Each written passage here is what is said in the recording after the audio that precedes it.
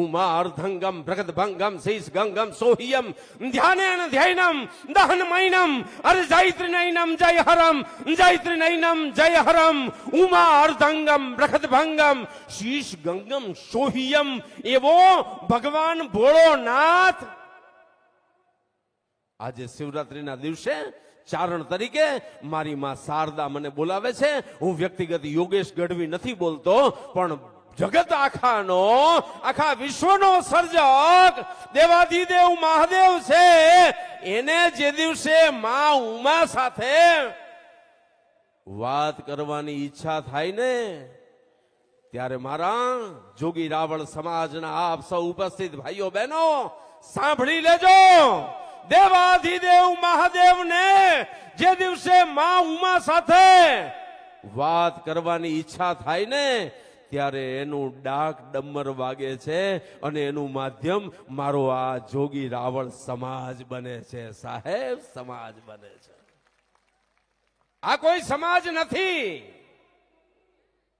અહીંયા નોંધ લેવા વાળા વ્યક્તિઓને મારે ચારણ તરીકે કહેવું છે, આ કોઈ સમાજ નથી, આ કોઈ મેળાવડો નથી, આ કોઈ ટોળું નથી. જેમ આ દેશમાં ગંગાનું મહત્વ છે, જેમ આ દેશમાં હિમાલયનું મહત્વ છે, જેમ આ દેશમાં ગિરનારનું મહત્વ છે, જેમ આ દેશમાં ગૌ માતાનું મહત્વ છે, એમ શિવ અને મા ઉમાની પરંપરાને આજ સુધી ટકાવી રાખવા વાળું ગૌરવશાળી એક જે આપણી પરંપરા છે એનું નામ છે, એ મારો આ જોગી રાવળ સમાજ છે. જોગી રાવળ સમાજ છે. અશ્વિનભાઈ, મારે આખા સમાજ સમક્ષ કેવું છે, અમે પેઢીઓથી કેટલી પેઢીઓ થઈ એ યાદ નથી.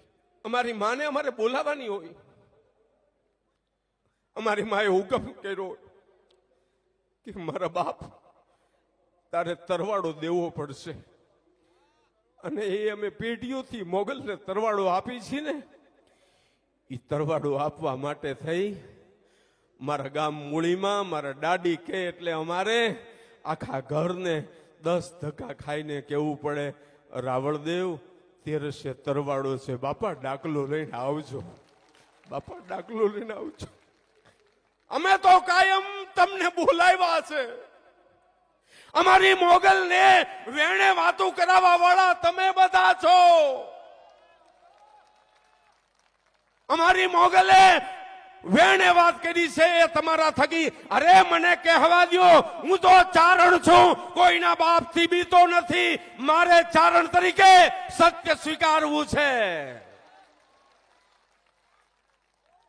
મારે સત્ય સ્વીકારવું છે, અને સત્ય મારે એ કહેવું છે કે છેલ્લી કેટલી પેઢીઓથી અમે જ્યારે તરવાડો આપીએ ત્યારે અમારો રાવળદેવ, અમારો ડાકલિયો, અમારો પાવડિયો આવે એટલે મોગલના થડા પાસે એને માચી નાખી અને બેહાડવો પડે. બાપા દેવ બેહો બેહો, હવે ડાક મારો તો મોગલ આવે. પણ જ મારે આખા રાવળદેવ સમાજ સમક્ષ ચારણ તરીકે મારે સત્ય પ્રગટ કરવું છે કે મોગલની કેવડી મોટી કૃપા, આ જોગણીની કેવડી મોટી કૃપા કે પેઢીઓથી અમે તરવાડાના ટાણે તમારા હાટું માચી મૂકી હતી, તો આજ મારી જોગણીએ હુકમ કરીને કીધું, ચારણ બાકી કોઈ ન રાખવું હો. તે કાયમિયા માચીયું મૂકી અને અમારા રાવળદેવને બેહાડીને ડાકલિયાને બોલાવ્યો તો, પાવળિયાને બોલાવ્યો તો. પણ આજ મારે એ કહેવું છે, હું તમારો ઋણી છું. અમે તમારા માટે એક જણો બેહી શકે એવી માચી મૂકતા હતા, અને મારા ગુજરાત રાજ્યના જોગી રાવળ સમાજે આ ગઢવીને, આ ભુવાજીઓને, આ મહેમાનોને બોલાવવા માટે આ માચડો બાંધ્યો છે. સાહેબ,